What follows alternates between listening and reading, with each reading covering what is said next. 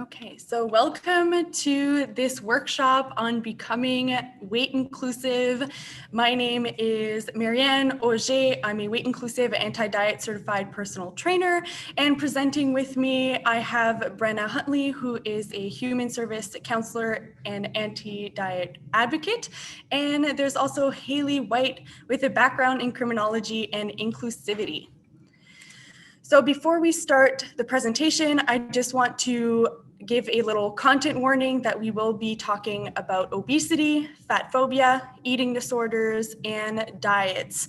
So if you're suffering from an eating disorder, for example, and you think that certain things could trigger you, then you can hop off the call and you can look at the other workshops we're going to be offering starting March 22nd and see if one of those would suit you better.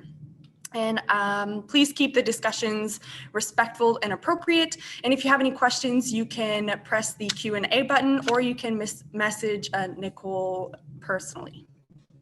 So now we're going to kind of go into an introduction of the presentations that we are going to present as of March 22nd. So one of my presentations is the history of the obesity epidemic and BMI.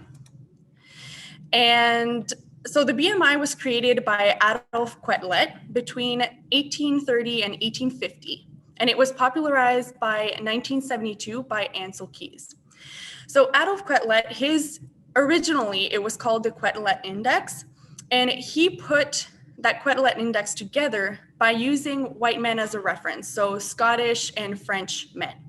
Ancel Keys kind of did research on the BMI, and during his research, he used more of a variety of men. He used mostly white European men, but he also had a few Japanese men and also some South African men as well. However, when you look at the study towards the end, Ancel Keys kind of says, the South African men aren't really a good representation sample, so we're going to kind of disregard them. So he didn't really use them in the study after all.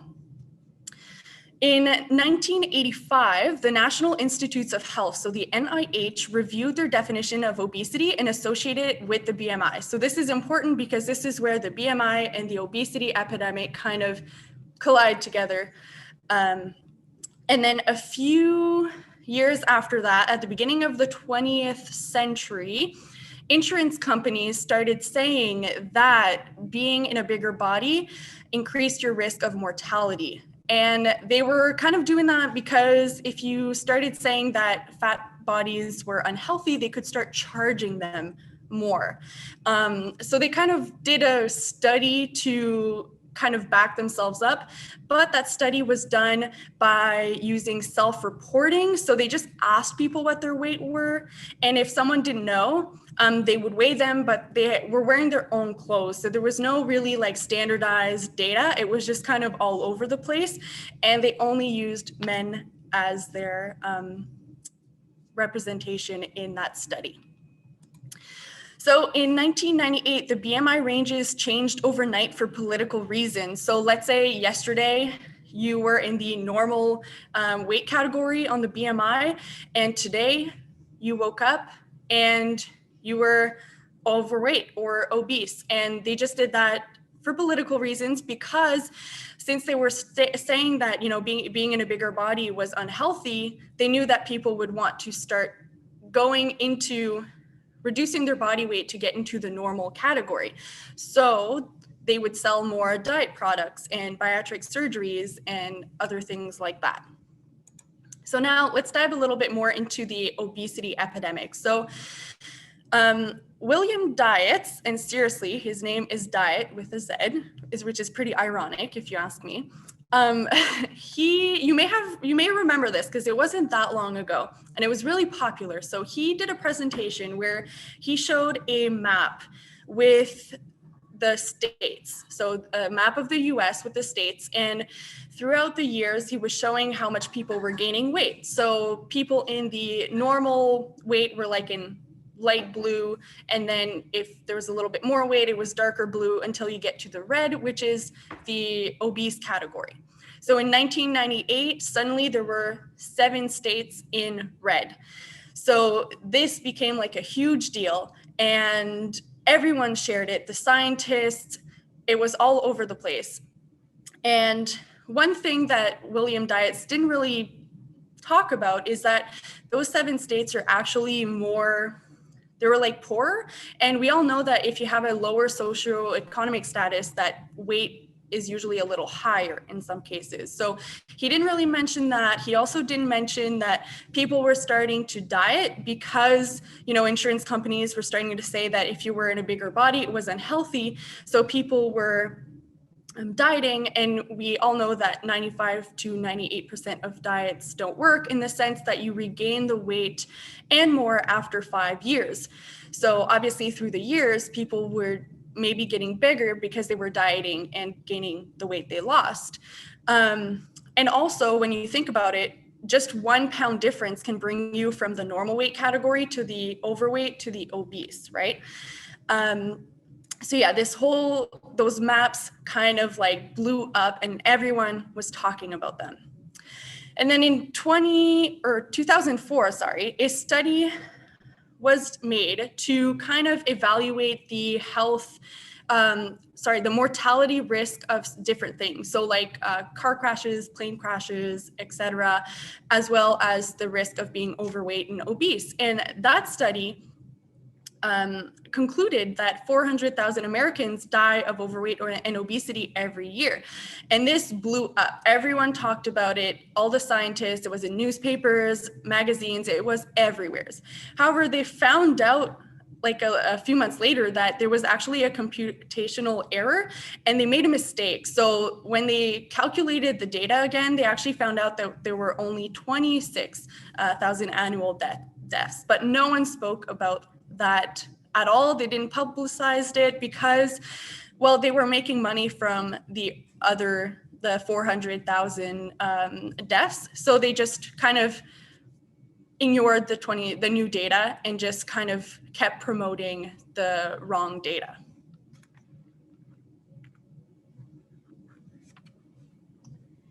Thanks, Marianne. I find the obesity epidemic really interesting, especially because I remember when I was a kid and I would go on to like use a Wii Fit, and it told me I was in like the overweight or obese category as a child. And just to find out new information about that, I find really interesting. Okay, so I'm going to be covering just like a brief version of history of diet culture and modern diet culture. And the full length, like more information of this one will be taking place on March 22nd at 12 p.m. if you're interested in that. So I'm just going to start here, and I'm going to start in ancient Greece. So I feel like we know historically that it was actually more ideal for a person to be of a heavier weight, like in ancient times, because it signified a better chance of survival, whereas like thinness kind of represented like sickness, illness, death.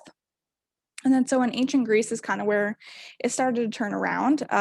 We did have in ancient Greece like kind of a mentality that food like was for pleasure, but then we kind of started to move into like the morality of food, and they considered at one point that eating too much food was considered moral corruption. And then as we move into colonization, this is kind of where the term "you are what you eat" comes from. So we had like Christopher Columbus and his crew come overseas, and a lot of his crew and the indigenous people there were getting sick. And at one point, they believed that if the people coming over to colonize ate indigenous foods, that it would make them sick, or it would even make them possibly physically transform into looking like indigenous people. So that's kind of where, you know, you are what you eat comes into play. And then things kind of took another turn as we came into the American Industrial Revolution. And that's when, you know, we started to have textiles and all that kind of stuff. So clothes started to be made, like pre-made. And then you had to choose from a selection of sizes. Whereas previous to that, all your clothes were custom made because that's all that was available. And then also during the American Industrial Revolution, we also had like the boom of those like penny scales.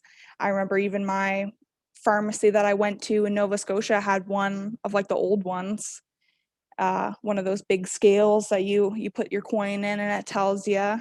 And then in the 1920s and on, we kind of had a boom of diet pills. We had a boom of gyms and workout classes and all that stuff. I think of when I think of like gyms and gym classes becoming popular, I think of those women in the 80s with the sweatbands and the leg warmers and the high cut bodysuits. So that's kind of just a brief history on how we got to where we are now with diet culture. And then, so this is kind of what diet culture looks like now. So I think we've all been witness to someone else commenting on someone else's weight. We've heard people talk about their diets. We've heard people talk about cutting carbs, counting calories, even putting a morality to food, like considering having a bad food, or I'm going to be a little bad today and eat a chocolate bar or something like that. Weight loss ads we see everywhere, even before and after photos, because it kind of makes you think about the before. And like if I were to look at a before and after, and it kind of reinforces the idea that weight loss will bring you happiness, will bring you everything that you ever wanted. And then also we kind of see it as people using exercise as a punishment for food. Like I went to McDonald's today, I need to spend an extra hour on the treadmill. And this is harmful because it creates like a thin privilege. Like fat people are considered less valuable or having less willpower or less self-control or even being of a lower intelligence than people who are thin. And it contributes to eating disorder development, which we know is very unhealthy, especially for the young people in our society, especially at the Y. We see a lot of young people. So eating disorders are very, very prevalent. And then having your illnesses tied to your weight. So if you were to go to the doctor as a fat person, you might be like the doctor might be focused on trying to get you to lose weight as opposed to maybe some of the symptoms that you're presenting that aren't related to your weight. And then again, with the exercise for prevention or punishment of fatness, doesn't really create a healthy relationship with you and your body and its movement. And I think that it would be more positive for a person to think as exercise as like, it makes me feel better, but it's not to punish myself for something that I ate that day. Yeah, so that's, I just wanted to wrap up that's, I'll be going more into depth on that on March 22nd. All right, hello. So we are going to talk about body positivity and the fat acceptance movement. I think we're on the wrong slide. Yeah. There we go. So what is body positivity? It is a social movement initially created to empower overweight individuals while also challenging the ways in which society presents and views the physical body. This movement advocates the acceptance of all bodies, regardless of physical ability, size, gender, or appearance. Many people have contributed to this movement, so let's talk about a few. So back when corsets were very, very popular, they are obviously made to slim the waist. Doctors brought to light the issues of compressions of the lungs, disrupted digestion, decreased oxygen supply to blood, and less developed uteruses. So we're gonna fly through a few years here, and we're gonna talk about Lou Louderback. He was a fat man who's seen the world, or the unfair way that people who are fat were treated. He wrote an article called "More People Should Be Fat." And this article was one of the first public defenses of fat people to be published. He also wrote a book called Fat Power, Whatever You Weigh is Right. This article and book would have the impressions on many and be used in other movements. So we're gonna talk about Connie and Elizabeth. They founded The Body Positive, and that is what their whole movement is called. They have a website and stuff. They founded that in 1996 because of their shared passion to create a lively, healing community that offers freedom from suffocating societal messages that keep people in perpetual struggles with their body. They focus a lot on like eating disorders and stuff. So now we're going to talk about the fat acceptance movement. So it is also known as fat pride, fat empowerment, fat activism. It is a social movement seeking to change anti-fat biases in social attitudes by raising awareness among the general public about the obstacles faced by fat people. So we're going to talk about William, or Bill, he is known by. Bill was upset with the way the world was treating his wife, Joyce. He heard of Lou and read his article, More People Should Be Fat. He made copies of this article and handed them out. He also started the formation of the first group that addressed the discrimination of fat people, the NAAFA, and that stands for National Association to Advance Fat Acceptance. It was founded in 1969 and is a nonprofit, all-volunteer fats right organization dedicated to protecting the rights and improving the quality of life for fat people. So they work to eliminate discrimination based on body size and provide fat people with the tools for self-empowerment through advocacy, public education, and support. The name of this group was originally the National Association to Aid Fat Americans, but was changed to National Association to Advance Fat Acceptance in the 1980s. And then there was a fat-in. So it was a bunch of fat people and people who supported them. There was about 500 of them. They met in Central Park in New York City in 1967. They ate a bunch of food. They carried signs of protest. They burned diet books and burned photos of the model Twiggy. And they were just living their best lives. They were being visibly, publicly, and unapologetically fat.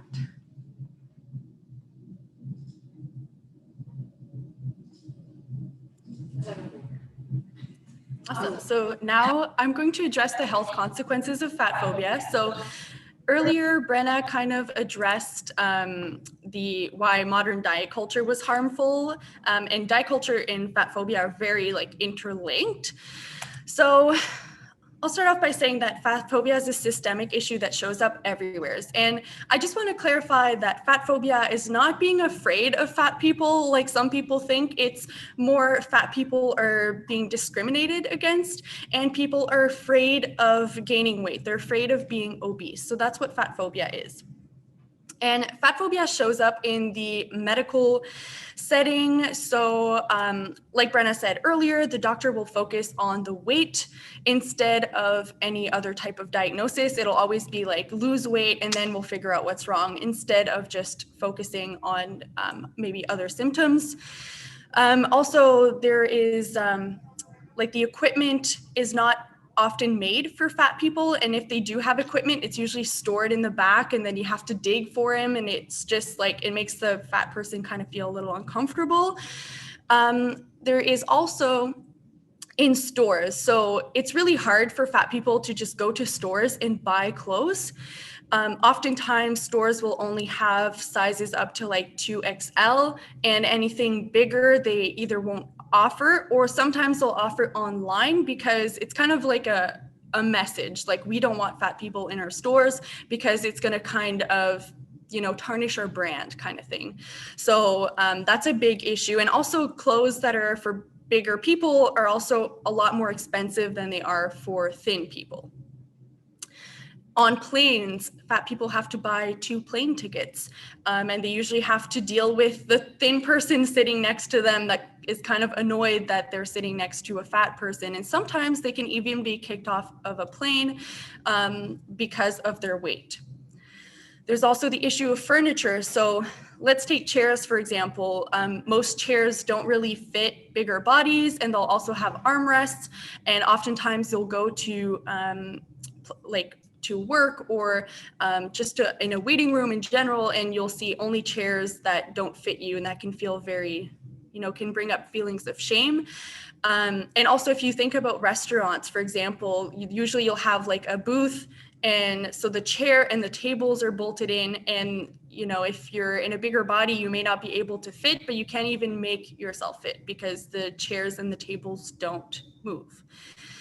And like Brenna mentioned earlier, there's a lot of assumptions about fat people. So, things like fat people are lazy, or sometimes even that they're stupid, that they have no willpower, that they're just idiots. And you kind of see that in the media often, and in movies and shows, you know, the fat person is usually the bad guy, is usually the clown of the show, is usually the loser, the idiot, you know, and fat people are not portrayed very positively. And if you look in some documentaries, for example, in like Supersized Me, oftentimes the fat people's faces are cut off. So it really dehumanizes fat people and kind of makes them other in a way.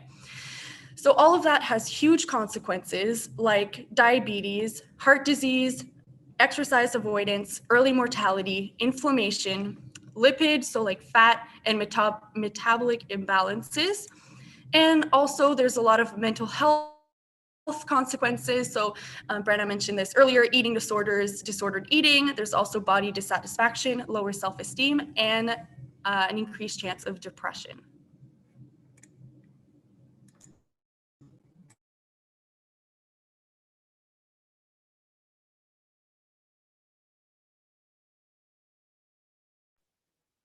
Okay, so those are basically the main topics that we cover in the upcoming presentations as well. So now we're going to move into, you know, now that we have this knowledge about why it's harmful, what can we do to change that? So we have a couple topics here. We have conversations, medical settings, work, all of that. And I'm going to start with conversations. So I would say, yeah, something that you could do is to change your language around food, your body, and your health.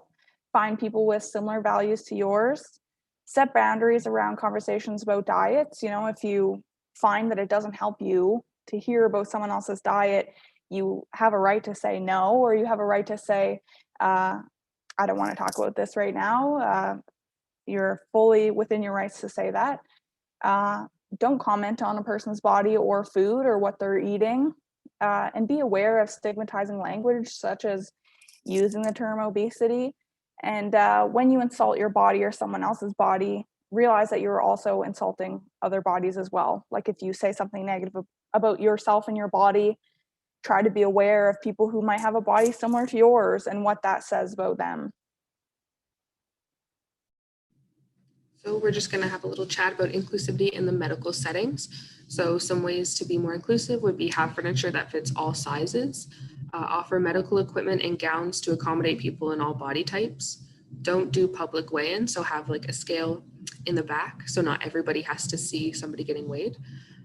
Don't evaluate patients on their weight first, so give them a chance to actually have some tests done or look at them to see if there's actually something wrong with them and to make sure that there's something wrong with them instead of just saying, oh, you're fat, you just need to lose weight and then you'll be fine. And educate healthcare staff on how to respond if someone rejects being weighed. You do have the right to reject being weighed unless it is needed for like anesthesia or something, but you can request not to see the number if you do have to be weighed. And then inclusivity at work. So include images of individuals of all sizes in communication pieces, promote enjoyable movement instead of fitness workouts and exercise programs, stop doing weight loss challenges and offer healthy habit challenges instead, or like have everybody make their own challenge and then everybody's working on something, but it's their own individual goal, not a goal as a team. Promote self-acceptance and don't comment on staff's body or food choices. And now we're moving into inclusive self-talk. And this one is really, really important to me because I feel like, you know, a lot of the conversations that a lot of people have around their body and everything and their worth is to themselves. So positive self-talk, like telling yourself, I'm strong, I can do difficult things, and I appreciate what my body can do. Understanding that your weight does not determine your worth, and gaining or losing weight might not necessarily make you more worthy or more happy because you are already worthy. Be kind and forgiving with yourself when you do notice that these thoughts arise. Forgive yourself and move on. And then, of course, recognize your thoughts influenced by diet culture.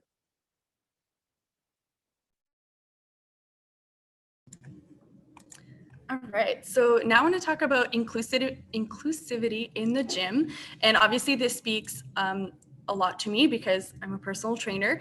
One of the biggest things I think we can do is to include images of individuals of all sizes in communication pieces. So oftentimes in the gyms, like there's posters, there's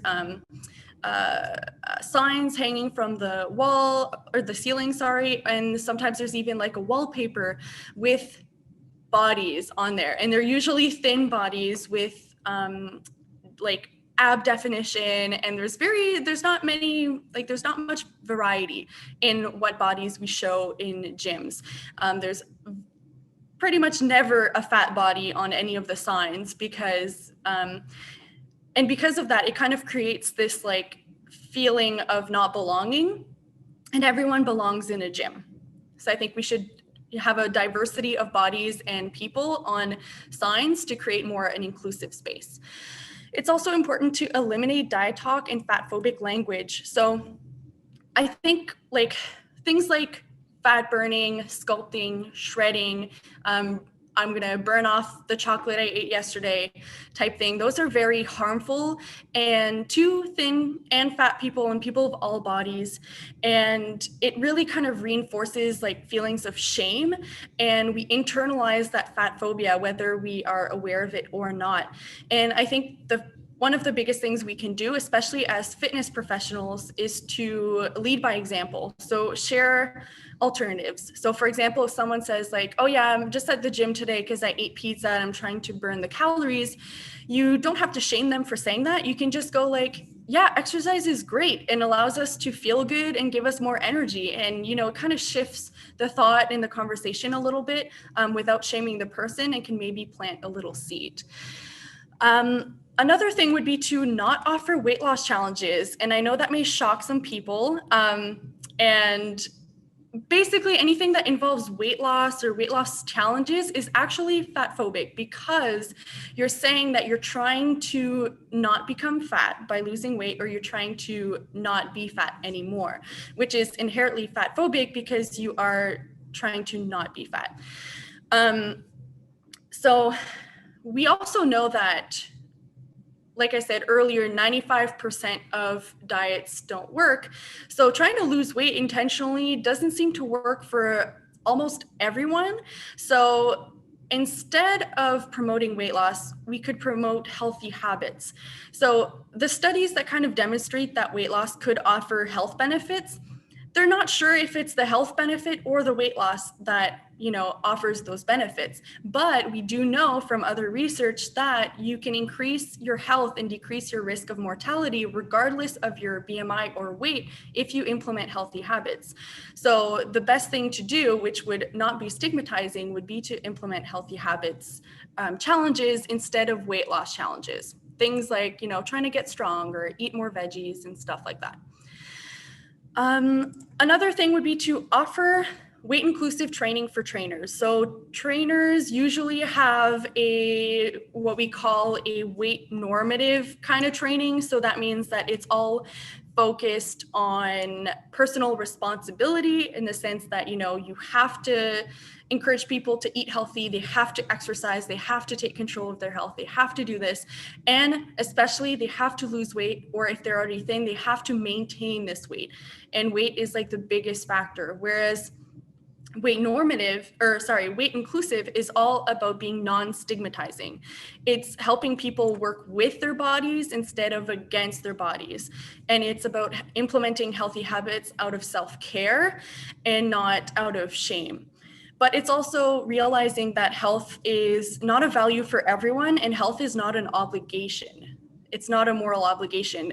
For me personally, health is important to me, but it may not be for someone else, and that's fine. And when you're weight inclusive, you also kind of take into account other factors like social determinants of health, and realize that not everyone can implement healthy habits because of various situations. So I fat like having weight inclusive training for trainers is like one of the biggest things we can do to change the industry to be less fat phobic or create less weight stigma. Another thing would be to have machines that are suited for all body sizes. So oftentimes the machines are kind of made for smaller bodies, and fat bodies kind of don't it doesn't work well for them. And it's kind of a shame because a lot of people enjoy the machines and a lot of people are actually kind of intimidated by using the free weights. So it's unfortunate that the machines, which is usually the kind of safe space for people to start at the gym or to just, continue going to the gym in general, doesn't work for everyone. And last but not least, to have classes that are suitable for all bodies, free of diet talk. So, to not say things like, push yourself harder to burn those calories, or, we're gonna like shred our bodies today. And like I said earlier, this can create kind of feelings of shame and internalized fat phobia. And it can make, if there is people that are in bigger bodies in the class, it can kind of make them feel like they don't belong there because we're trying to avoid looking like them, or we don't want them to look that way. And it would also be awesome to offer more variations in classes. So to offer like lots and lots of modifications for each exercise so that everybody can feel comfortable going to class and listening to their bodies and doing what works best for them in the moment, instead of saying, this is what we're doing, and if you can't do it, then we'll give you one other option. If you still can't do that, then, it's your body's wrong and it's your fault type thing. So this is how to be more inclusive in the gym.